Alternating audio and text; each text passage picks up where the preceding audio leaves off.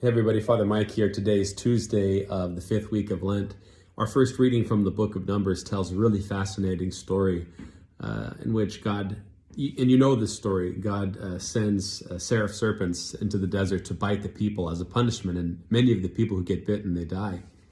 And so Moses pleads with God for relief and for mercy. And God tells Moses, okay, build a bronze serpent, put it on a pole, and then those who look at the serpent will be healed from the venom of the bite. And certainly on the level of the biblical analysis, there's a prefiguring here of Jesus mounted, if you want, on the pole of the cross, and beholding, contemplating, being formed in our lives by that image constitutes a liberation or a healing from the poison of sin, the death of sin, if you want. But I think there's a profound psychological insight in this story as well. And the interesting piece is this: to be healed from the snake bite, one has to look at the image of the thing that bit you. And, it's just so true.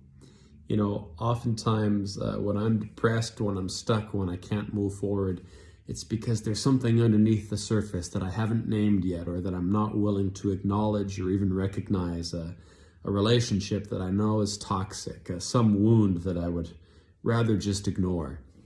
But here's the great insight and something worth pondering inside of this Lenten call to self-reflection and transformation.